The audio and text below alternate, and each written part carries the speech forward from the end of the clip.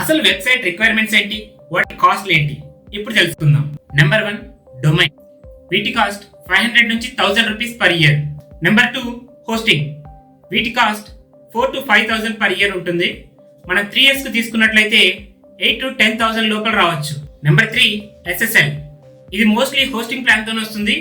Check చేసి purchase చేసుకోండి. Number 4 website design and development. ఇది వన్ టైం పేమెంట్. ఇందులో చాలా ఫ్యాక్టర్స్ ఉంటాయి.